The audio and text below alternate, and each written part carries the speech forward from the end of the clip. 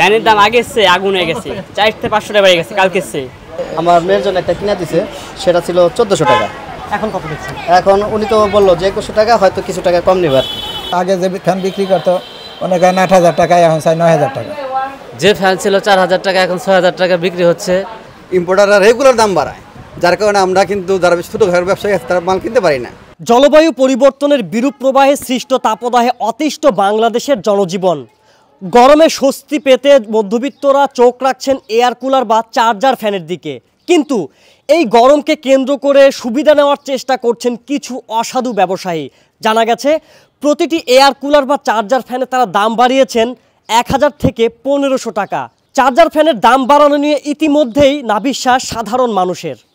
আমার মেয়ের জন্য একটা কিনা দিছে, সেটা ছিল 1400 টাকা।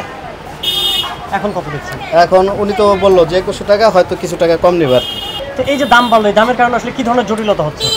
জটিলতা তো আমাদের মতো গরিব মানুষের এগুলা ক্রয় করার সাধ্যের বাইরে, কিন্তু পরিস্থিতির শিকার আমরা, এর জন্য কিনতে হয় আমাদের বাচ্চাদের জন্য, কারণ বাচ্চারা লেখাপড়া করতে পারে না, এই জন্য। যে ফ্যান ছিল 4,000 টাকা এখন 6,000 টাকা বিক্রি হচ্ছে। ইভেন কি বাংলাদেশে কিছু ইম্পোর্টার আছে 3 থেকে 4 জন, এরা ঘন্টায় 500 টাকা করে ফ্যানের রেট বাড়ায়।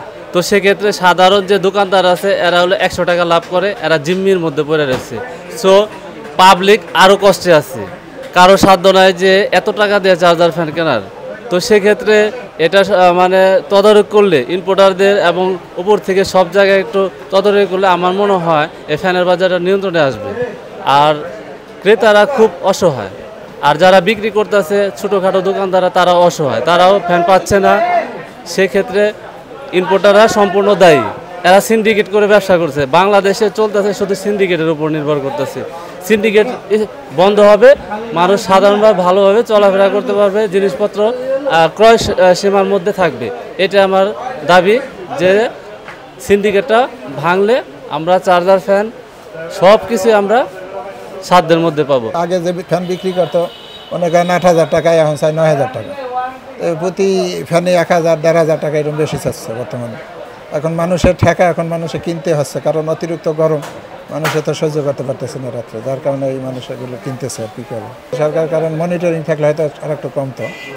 মনিটরিং না থাকার কারণে যার যা ইচ্ছে মতন বিক্রি হচ্ছে। কারণ একই ধরনের ফ্যান দেখা যায় এক দোকানে বেচছে 9,000 টাকা, আর এক দোকানে 8,500, আর এক দোকানে 8,000 টাকা, যার ইচ্ছে মতন, কারণ অরিজিনাল মনিটরিং নাই। ফ্যানের দাম আগের চেয়ে আগুন হয়ে গেছে, 4 থেকে 500 টাকা বেড়ে গেছে কালকের চেয়ে। এমনি হলে আমরা কেমনে ব্যবসা করবো বলেন? ব্যবসাটা আমাদের করতে হবে। একদিনে যদি 400-500 টাকা বেড়ে যায় তা আমাদের কি চলতে হবে না? গরম এসি লাগানোর সামর্থ্য নেই, আমরা হচ্ছে গরিব মানুষ।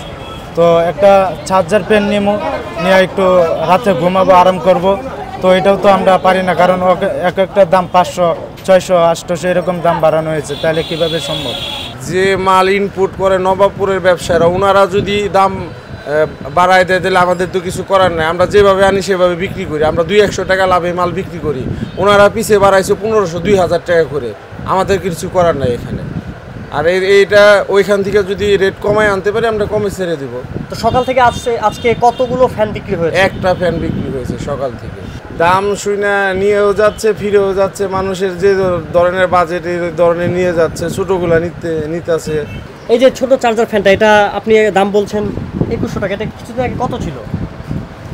1450 ছিল, 1550 ছিল, এরকমই। এখন কত? এখন রেট 200-250 টাকা বাড়ছে। ঠিক আছে, আমরা এটা বাড়াই চাচ্ছি, আমরা ধরেন আরও 200-100 টাকা বাড়াই চাই, যাতে দামাদামি করতে পারে। আর কাস্টমারের যদি অনেকে বলে ভাই একদম, কাস্টমারটা নিতে চায় না। ঠিক আছে, এখন এই ফ্যানটার দাম 2100 টাকা। 2100 টাকা আমরা দাম চাচ্ছি, আমরা আরও কমাই দিই। তো দামাদামি করে সে আরও কমায় নিতে পারে তার মন মতো করে।